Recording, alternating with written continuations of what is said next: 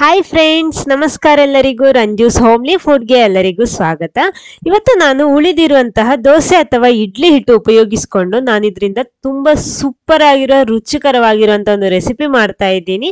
ಬನ್ನಿ ನೋಡೋಣ ಏನು ಹೇಗೆ ಮಾಡೋದಂತ ಎಲ್ಲ. ಆಮೇಲೆ ಫಸ್ಟ್ ಟೈಮ್ ಈ ಚಾನಲ್ ನೋಡ್ತಿದ್ರೆ ಈ ವಿಡಿಯೋದ ಕೆಳಗಡೆ ಕಾಣುವ ಸಬ್ಸ್ಕ್ರೈಬ್ ಬಟನ್ ಕ್ಲಿಕ್ ಮಾಡಿ ಚಾನಲ್ ಸಬ್ಸ್ಕ್ರೈಬ್ ಮಾಡಿ.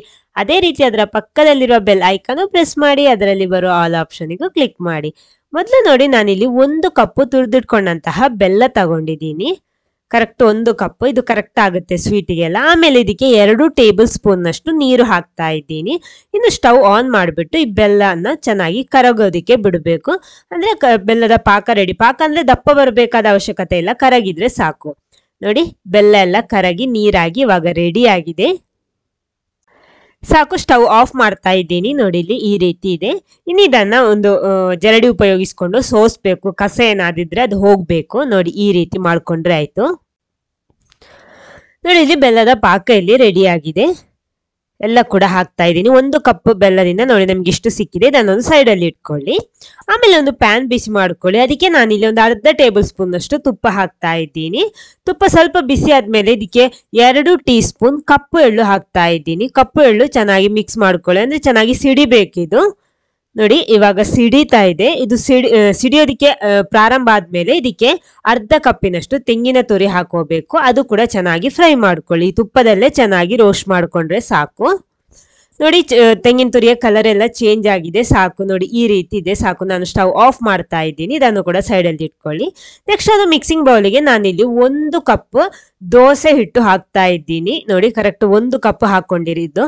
ಈ ದೋಸೆ ಹಿಟ್ಟು ತಗೊಳ್ಳುವಾಗ ಇದು ಸ್ವಲ್ಪನೂ ಹುಳಿ ಇರಬಾರ್ದು. ಹುಳಿ ಇದ್ರೆ ನೀವು ಈ ರೆಸಿಪಿ ಮಾಡೋದಿಕ್ಕೆ ಹೋಗಬೇಡಿ. ಸ್ವಲ್ಪನೂ ಹುಳಿ ಇರಬಾರ್ದು. ಅದಕ್ಕೆ ನಾವಿಲ್ಲಿ ರೆಡಿ ಮಾಡಿಟ್ಟಂತಹ ಬೆಲ್ಲದ ಪಾಕ ಇದೆಯಲ್ವಾ, ಅದನ್ನ ಕೂಡ ಹಾಕ್ತಾ ಇದ್ದೀನಿ.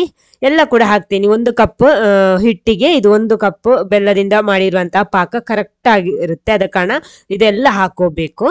ಆಮೇಲೆ ನೋಡಿ, ಇದನ್ನ ಚೆನ್ನಾಗಿ ಮಿಕ್ಸ್ ಮಾಡ್ಕೊಳ್ಳಿ. ಈ ರೀತಿ ದೋಸೆ ಅಥವಾ ಇಡ್ಲಿ ಹಿಟ್ಟು ಯಾವುದು ಆಗ್ಬಹುದು ಇದಕ್ಕೆ. ನೋಡಿ, ಈ ರೀತಿ ಚೆನ್ನಾಗಿ ಮಿಕ್ಸ್ ಮಾಡ್ಕೊಂಡಿದ್ದೀನಿ. ಇನ್ನು ನಾವು ಆವಾಗ ಫ್ರೈ ಮಾಡಿಟ್ಟಂತ ತೆಂಗಿನ ತುರಿ ಇದೆಯಲ್ವಾ, ಅದನ್ನ ಕೂಡ ಇದಕ್ಕೆ ಹಾಕ್ತಾ ಇದ್ದೀನಿ. ಎಲ್ಲ ಕೂಡ ಹಾಕೊಳ್ಳಿ. ನೋಡಿ, ಈ ರೀತಿ ಎಲ್ಲ ಕೂಡ ಹಾಕೊಂಡು ಒಂದ್ಸಲ ಚೆನ್ನಾಗಿ ಮಿಕ್ಸ್ ಮಾಡ್ಕೊಳ್ಳಿ.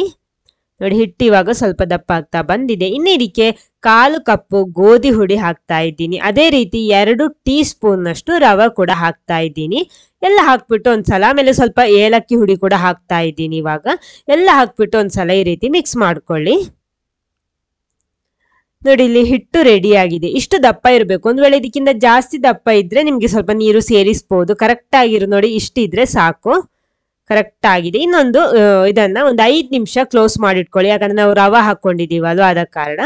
ಅಷ್ಟೊತ್ತಿಗೆ ನೋಡಿ, ನಾನು ಇಲ್ಲೊಂದು ಪಡ್ಡು ಪ್ಯಾನ್ ಬಿಸಿ ಮಾಡೋದಿಕ್ಕೆ ಇಟ್ಟಿದ್ದೀನಿ. ಆಮೇಲೆ ಅದಕ್ಕೆ ನಾನು ಇಲ್ಲಿ ಸ್ವಲ್ಪ ತುಪ್ಪ ಸ್ಪ್ರೆಡ್ ಮಾಡ್ತಾ ಇದ್ದೀನಿ. ತುಪ್ಪ ಅಥವಾ ಎಣ್ಣೆ ಯಾವ್ದು ಆಗ್ಬಹುದು. ನಾನಿಲ್ಲಿ ತುಪ್ಪ ಹಾಕೊಂಡಿದ್ದೀನಿ.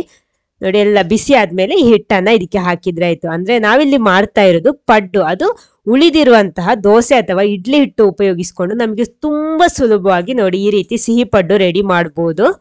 ಇನ್ನೊಂದ್ಸಲ ಮುಚ್ಚಿ ಬೇಯಿಸ್ಕೊಳ್ಳಿ. ಒಂದು ಬದಿ ಬೆಂದ ಮೇಲೆ ಓಪನ್ ಮಾಡಿಬಿಟ್ಟು ಇದನ್ನ ತಿರುಗಿಸಿ ಹಾಕಬೇಕು. 2 ಬದಿ ಕೂಡ ಫ್ರೈ ಆಗಬೇಕು. ಅಂದ್ರೆ ಇದು ಹೆಲ್ದಿ ಆಗಿರುವಂತ ಒಂದು ಸ್ವೀಟೇ.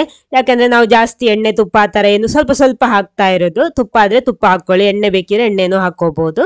ಸ್ವಲ್ಪ ಹಾಕ್ಬಿಟ್ಟು ಮಾಡ್ತಾ ಇರೋದು. ಅಂದ್ರೆ ಪಡ್ಡು, ಸಿಹಿ ಪಡ್ಡು ತಿನ್ಬೇಕು ಅಂತ ಇದ್ರೆ, ನಿಮ್ಗೆ ಅಂತ ಮಾಡ್ಬೇಕು ಅಂತ ಇದ್ರೆ ಖಂಡಿತ ಈ ಮೆಥಡ್ ಉಪಯೋಗಿಸಬಹುದು. ತುಂಬಾ ಸುಲಭವಾಗಿ ಬರುತ್ತೆ. ಅಂದ್ರೆ ನಾವಿಲ್ಲಿ ಬೇಕಿಂಗ್ ಸೋಡಾ ಆ ರೀತಿ ಏನು ಉಪಯೋಗಿಸಿಲ್ಲ.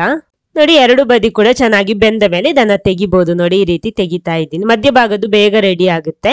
ನೋಡಿ, ರೆಡಿ ಆಗಿದೆ. ಇದೇ ರೀತಿ ಎಲ್ಲ ಕೂಡ ರೆಡಿ ಮಾಡ್ತೀನಿ. ಎಲ್ಲ ಕೂಡ ತಿರುಗಿಸಿ ಹಾಕ್ಬಿಟ್ಟು 2 ಬದಿ ಕೂಡ ಚೆನ್ನಾಗಿ ಬೇಯಬೇಕು.